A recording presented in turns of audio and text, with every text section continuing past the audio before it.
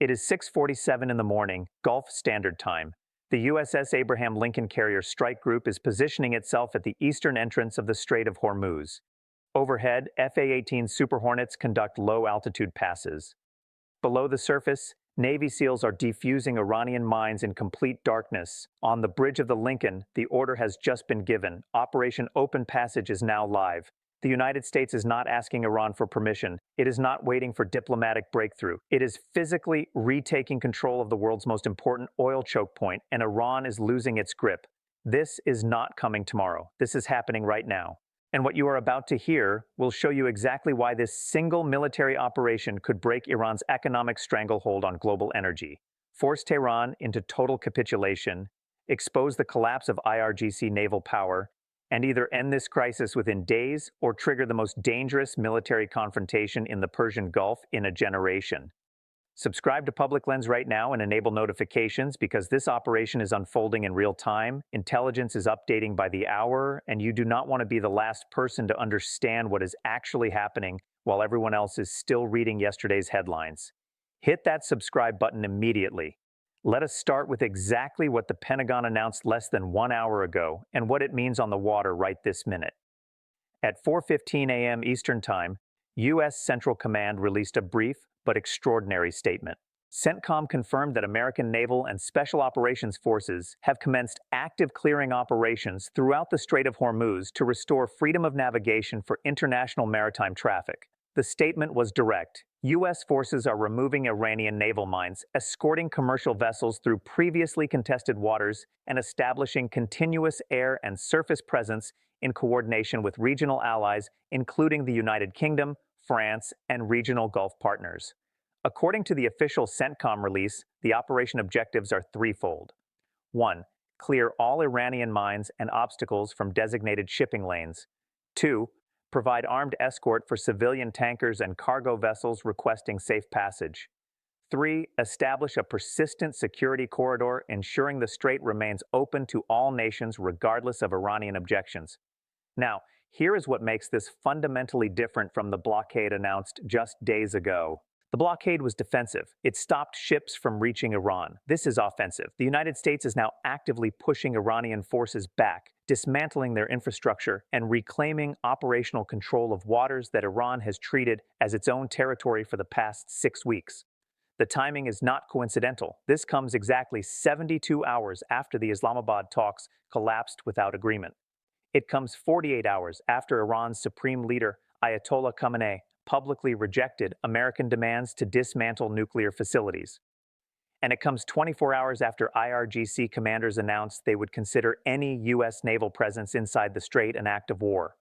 Well, the United States just called that bluff. And from the early reports coming out of the region, Iran is not responding. It is retreating. Let us talk about what is happening tactically on the ground, or more accurately on the water, because the scale of this operation is staggering, and the operational details tell you everything you need to know about who actually controls this waterway now. According to ship tracking data from marine traffic and confirmed by Reuters, as of 7:30 a.m. Gulf time, at least 14 commercial vessels are now moving through the Strait of Hormuz under direct U.S. military escort. That is the highest number of escorted transits in a single morning since this crisis began on February 28th. These are not small ships. We are talking about VLCCs, very large crude carriers, each one carrying upwards of 2 million barrels of oil, worth approximately $200 million per vessel.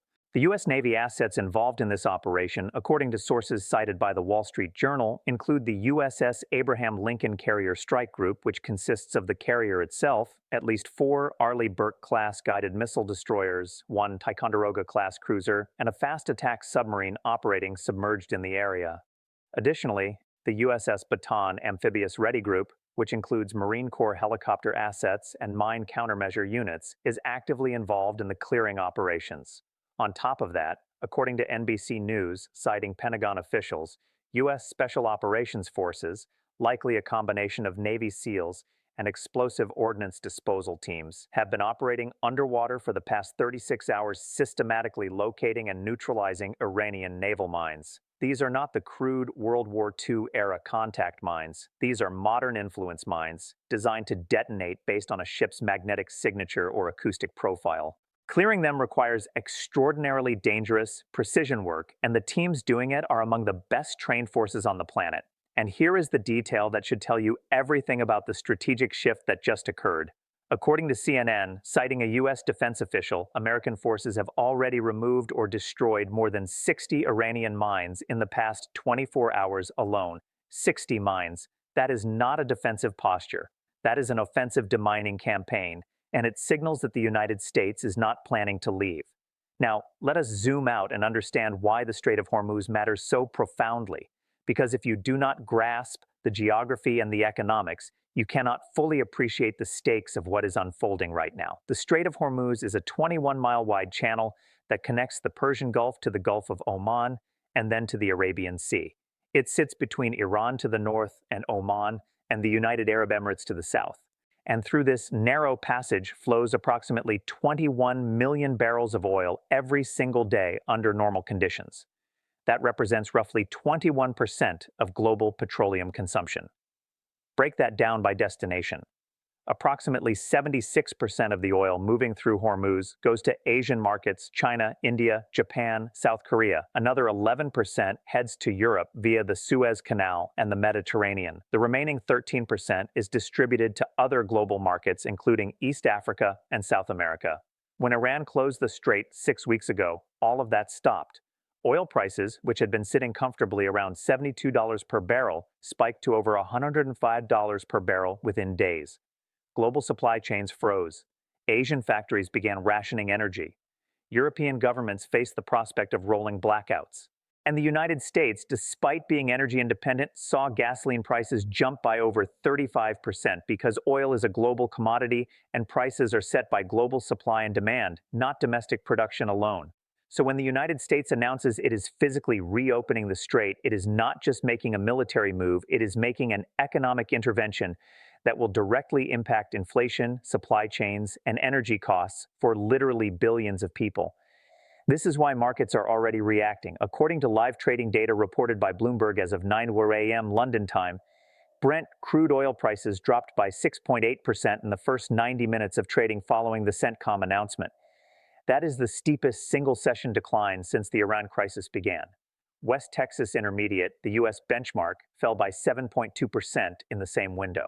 Traders are pricing in the expectation that within 48 to 72 hours, oil will begin flowing through Hormuz again in meaningful volumes, and that means supply is coming back online. Energy Secretary Chris Wright, speaking at an emergency press briefing at 7 a.m. Eastern Time, confirmed that the administration expects oil prices to normalize rapidly if the operation proceeds as planned. Wright stated, "We are cautiously optimistic that within 1 week we could see Brent crude return to pre-crisis levels, assuming no major escalation from Iranian forces. The United States has the capability, the will, and the international support to guarantee that this choke point remains open." But here's the question everyone is asking, and it is the right question. How is Iran responding? Because 6 weeks ago, Iranian officials were saying they would sink any U.S. warship that entered the strait. They were calling it a red line. They were threatening catastrophic retaliation. And now, U.S. carriers are sitting in the middle of the channel, clearing Iranian mines, escorting tankers, and effectively announcing to the world that Iran no longer controls these waters. So what is Tehran doing about it? The answer is both revealing and deeply significant. As of this moment, Iran has issued exactly 0 military responses. No missile launches, no drone swarms, no fast attack boat harassment, nothing. The IRGC Navy, which spent weeks threatening Armageddon if the U.S. dared to challenge Iranian sovereignty over the strait, has gone completely silent. Let us be very clear about what that silence means. It means Iran has lost the ability to contest U.S. naval power in the Persian Gulf. And the reason for that is simple. Over the past 6 weeks, U.S. and allied forces systematically destroyed Iran's capacity to project power in these waters. President Trump was not exaggerating when he said, as reported by Fox News on Monday, that 158 Iranian naval vessels had been sunk or destroyed. According to an analysis published by the Center for Strategic and International Studies, CSIS, and cited by the New York Times, the IRGC Navy has lost approximately 85% of its operational surface fleet since hostilities began. That includes the majority of its fast attack craft, the small, heavily armed speedboats that Iran used for asymmetric swarm tactics. It includes multiple Ghadir-class midget submarines, and it includes the majority of Iran's mine-laying vessels, the exact platforms Iran would need to replenish the mines that U.S. forces are now removing. Iran's naval power in the Gulf is not degraded. It is effectively gone. And without that power, Iran has no ability to physically stop what the United States is doing right now. The IRGC can issue statements. It can make threats. It can posture on state television. But it cannot actually challenge the U.S. Navy in open water, and everyone knows it, including Tehran. But there is another dimension to Iran's response that is even more telling, and it exposes the fractures inside the regime that most Western media is not talking about. According to sources cited by the Wall Street Journal, there is a split happening inside Iran's leadership between hardliners who want to escalate and pragmatists who recognize that Iran's position is collapsing. The hardliners, concentrated in the IRGC and among Khamenei's inner circle, are pushing for activation of proxy forces, specifically the Houthis in Yemen, to attack shipping in the Red Sea as retaliation. The pragmatists, reportedly including elements of Iran's foreign ministry and some voices in the parliament, are arguing that further escalation is suicide, that Iran has already lost the military contest, and that the only rational move left is to return to negotiations before the economy collapses entirely. As reported by Iran International, a Persian-language news outlet based in London, Iranian Foreign Minister Abbas Araghchi was reportedly in contact with Omani intermediaries as recently as this morning, exploring whether a path back to dialogue still exists. Oman has historically served as a back channel between Washington and Tehran, and the fact that Iran is reaching out through that channel right now, even while U.S. forces are actively operating in the Strait, tells you that at least some faction in Tehran understands the clock is running out, and that clock is not theoretical. Let us talk about exactly how much time Iran has left before economic reality forces a decision, because the numbers are absolutely brutal. We discussed this in our previous analysis, but it bears repeating because the timeline has only gotten shorter. Iran's oil storage capacity is approximately 50 to 60 million barrels. Before the blockade, around 60% of that capacity was already in use. That left roughly 20 million barrels of spare capacity. Iran produces approximately 1.5 million barrels per day. Do the math. That is 13 days before every tank, every depot, every floating storage vessel Iran has is completely full. But here is what changes the equation. With the U.S. now actively reopening the Strait, Iran faces a new calculation. If shipping lanes reopen and other countries start moving oil again, but Iran remains blockaded, the economic and political cost to Tehran becomes exponentially worse. Iran will be the only country in the region cut off from global markets while watching Saudi oil, Emirati oil, Kuwaiti oil, all flowing freely to buyers in Asia and Europe. That is not just an economic crisis, that is a humiliation. And humiliation, especially in a region where perception of strength determines survival, can be just as dangerous to a regime as bankruptcy. Let us talk about the international dimension of this operation, because the United States is not doing this alone, and the coalition that is forming around this effort tells you a great deal about how the global community sees this crisis. According to statements released this morning, the United Kingdom, France, and Italy have all committed naval assets to support freedom of navigation operations in the Strait of Hormuz. The UK Royal Navy has deployed the HMS Queen Elizabeth Carrier Strike Group to the region. France, as President Macron announced earlier this week, is contributing frigates and maritime patrol aircraft. Italy has committed a destroyer and logistics support. This is significant because it transforms what could be seen as unilateral American aggression into a multilateral enforcement of international law.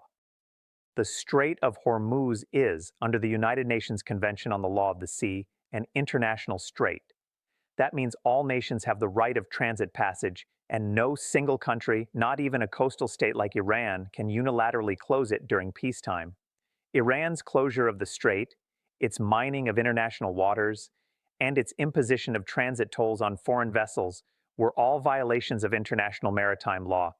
And now a coalition of nations is enforcing that law, not through sanctions or resolutions, but through physical presence and military action. The European Union, which has been bleeding economically from this crisis, is strongly supportive. As reported by Politico Europe, EU Energy Commissioner Kadri Simpson stated this morning that the reopening of Hormuz is essential to European energy security and that Brussels fully backs the international coalition effort. She noted that the EU has already spent over $22 billion in additional energy costs since the crisis began, money that European taxpayers and businesses simply cannot afford to keep spending. Japan and South Korea, both heavily dependent on Gulf oil, have also expressed support. According to Reuters, Japanese Prime Minister Ishiba Shigeru confirmed that Japan would be contributing logistical and intelligence support to the operation, though not direct military assets. South Korea issued a similar statement, emphasizing that freedom of navigation is a core national interest for a country that imports over 70% of its oil through the Strait of Hormuz. And then there is China. And this is where it gets complicated, fascinating, and potentially decisive. Make sure you are subscribed to Dr. Elena Harris and have your notifications turned on because we are tracking this story minute by minute, and the next 48 hours are going to determine whether this ends in breakthrough or breakdown. Click that subscribe button right now. Do not wait. China is in an impossible position and Beijing knows it. On one hand, China has spent decades building a strategic partnership with Iran. It buys the majority of Iranian oil. It has invested billions in Iranian infrastructure through the Belt and Road Initiative, and it sees Iran as a counterbalance to U.S. influence in the Middle East. On the other hand, China depends on the Strait of Hormuz far more than it depends on Iran. As we discussed previously, approximately 50% of China's total oil imports flow through that 21-mile-wide channel. Saudi oil, Iraqi oil, Emirati oil, Kuwaiti oil, all of it passes through Hormuz. And right now, none of it is moving reliably because Iran closed the strait. China's economy cannot sustain this. According to data from the International Energy Agency cited by the Wall Street Journal, China's strategic petroleum reserve, the emergency stockpile it maintains for exactly this kind of crisis, is down to approximately 45 days of supply. That is well below the 90-day threshold that energy security experts consider safe. So when the United States announces it is reopening Hormuz, China faces a choice. It can publicly oppose the operation, align with Iran, and condemn U.S. militarism. Or it can quietly allow the operation to proceed, benefit from the restored oil flow, and avoid a direct confrontation with Washington over a waterway that China needs open just as badly as everyone else. According to sources cited by the Financial Times, Beijing has chosen the latter. China has issued no condemnation of Operation Open Passage. Chinese state media has been conspicuously restrained in its coverage. And according to diplomatic sources, Chinese officials have been in quiet contact with Washington through back-channel communications, essentially signaling that Beijing will not interfere as long as U.S. operations remain focused on reopening the strait and do not expand into broader regime change objectives. This is extraordinary. It means that Iran's most important strategic partner has effectively abandoned it at the most critical moment. And if Tehran is paying attention, that silence from Beijing should be more alarming than any U.S. military deployment. Now, let us talk about what happens next, because there are three possible scenarios, and each one leads to a radically different outcome. Scenario 1, de-escalation and negotiation. In this scenario, Iran recognizes that its position is untenable. The strait is reopening, its navy is destroyed, its economy is collapsing, its primary ally, China, has stepped back. And the only rational choice is to return to the negotiating table and accept some version of the deal that was on offer in Islamabad. In this scenario, Iran agrees to end uranium enrichment, dismantle key nuclear facilities, allow full IAEA inspections, and cease support for proxy groups in exchange for sanctions relief, economic normalization, and a face-saving framework that allows the regime to claim it negotiated from strength.